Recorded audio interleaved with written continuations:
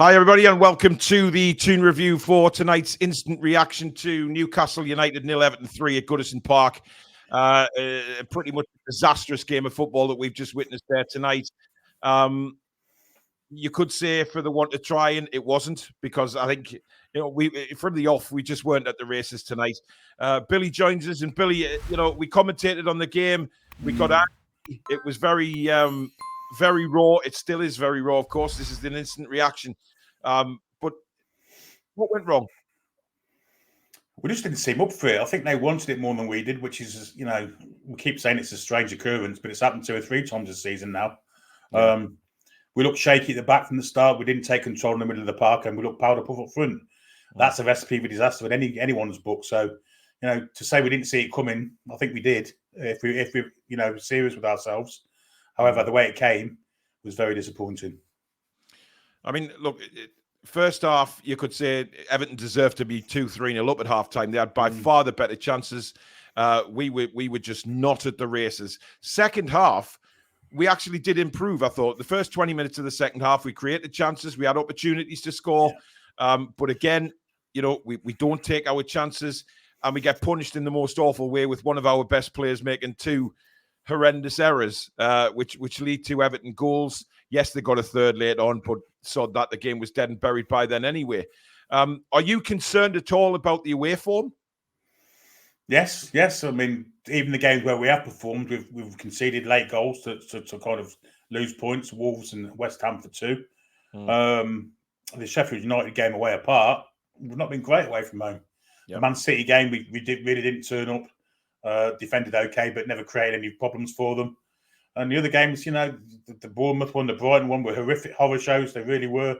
And tonight's another one, really. I mean, the goal came at the wrong time for us. We had momentum. We'd taken control of the game.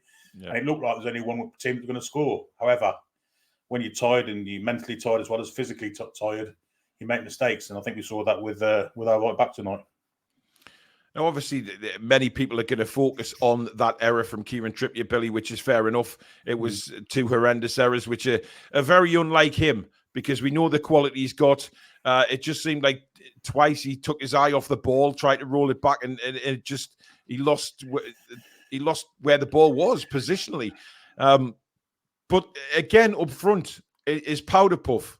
And people keep having to go at me for saying for criticizing Isak and all of this. Absolute garbage, in my opinion. He had some chances tonight, and he just, for whatever reason, and I've said this all along, that I don't think Isak is our out-and-out striker. He's not a striker. He didn't play there for Sociedad. He was more influential when he was coming in from the left, cutting in, banging it in the net. And for me, I don't know what's wrong with Isak. And people can say, oh, he's not fit. Then why is he playing? Why, if he's not fit, are we risking him? I know there's nobody else there, but surely when you're in an injury crisis and you've got a player who isn't fit, you're putting the risk of him being out long term again. And you've got to play the kids at some point. Yeah, you'd think so. I mean, the PSG game, the last 20 minutes, I thought he should have been hauled off and a young kid come on just to provide some legs. Didn't happen. Very much as the last 20 minutes against Man United. Again, he hit a wall. Should have been pulled off again. Wasn't. And tonight, people have said he doesn't get the service. Well, he's had service whichever way you look at it. He's had crosses to head at. He's had balls down the channel, and each time he's had those chances, that kind of service where he should have been at least making the keeper do some work.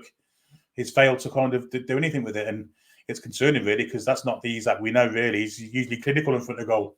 Tonight he wasn't at all. He was powder puff. He didn't do anything outside of the actual penalty box either. I'm struggling to find out what kind of player he really is, because, he doesn't hold the ball up. He doesn't kind of look like he's got a lot of pace. It's odd at the minute. Is he fully fit? Probably not.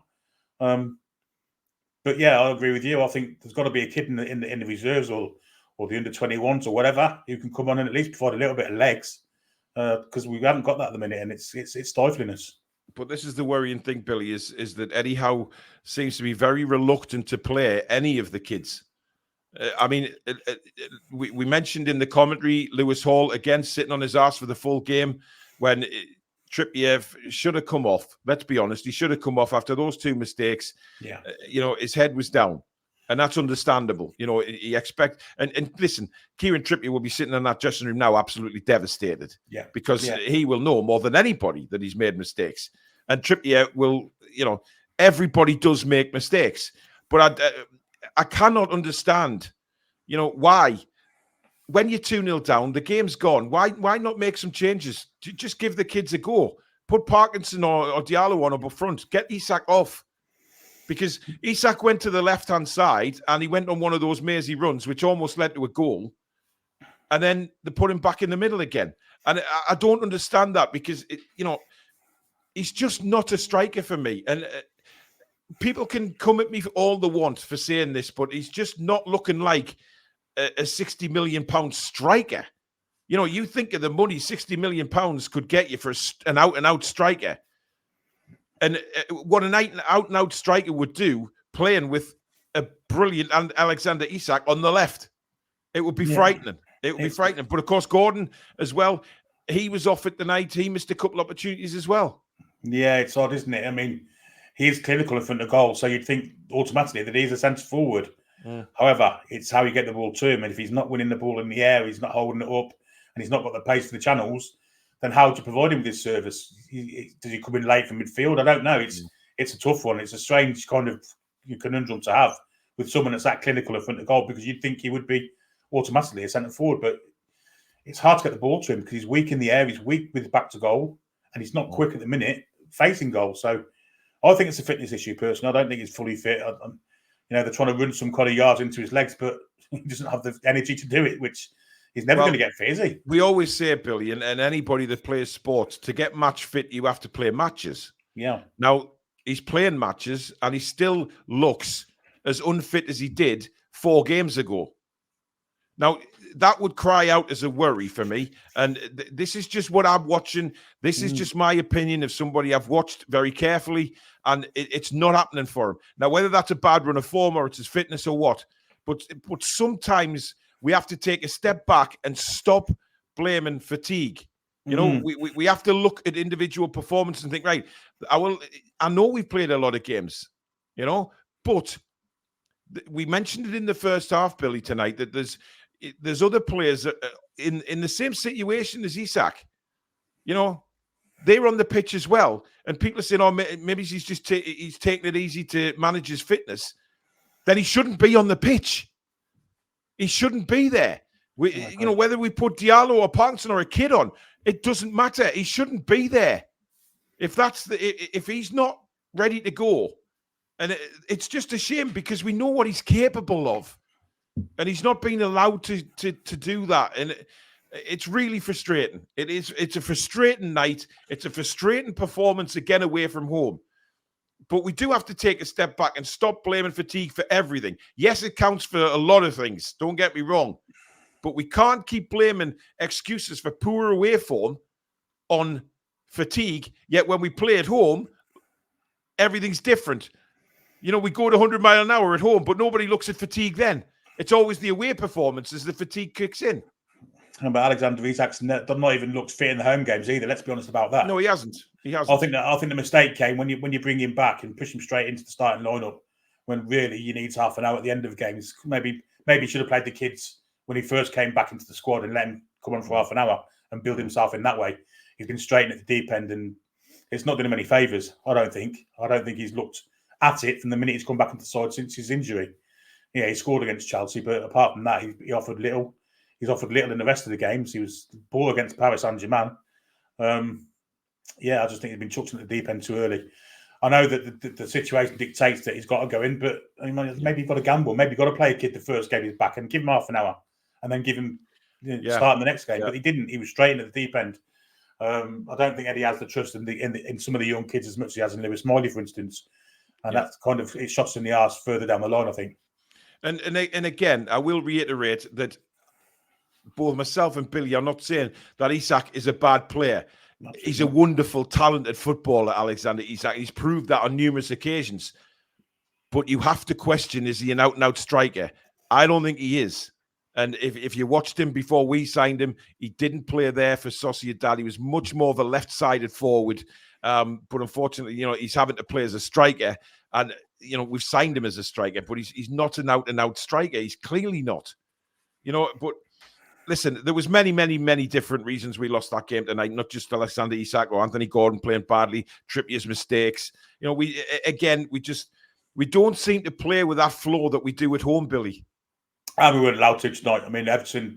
Credit Everton. We're stopping us. Basically, by hook or by crook, they were taking the ball off us through energy. They were kicking us when they couldn't do that, and the referee was letting them getting away with it. And I mean, all round, Everton, it was the perfect game plan for them. And they've copied the Bournemouth, game plan, and to a lesser extent the Brighton one, because Brighton actually do play a little bit of football as well. But the referee allowed them to kick us at will. Idrissa Gana Gay, it took him to 6 bad fouls before he got a yellow card, which I thought was awful refereeing. But the second half, he couldn't blame the referee. I thought, we were in control of the game, and if by hook or by crook they managed to get a couple of goals down to our mistakes rather than their creativity. And it's a poor. I mean, Everton had the game plan first half, didn't they? They should have midfield down. They obviously, to be fair to Dice, he's obviously he knows how good Bruno and Joe Linton and Lewis Miley are. The way they played against Manchester United, hats off. But Dice is obviously all right. If we shut them down, that's the main engine room for Newcastle United. We can get something from the game, and to be credit, they did. They shut us down. But where do we go from here? Because we play Spurs on Sunday, Billy. We don't know about the fitness of Lascelles now. That's a tough game to take tonight.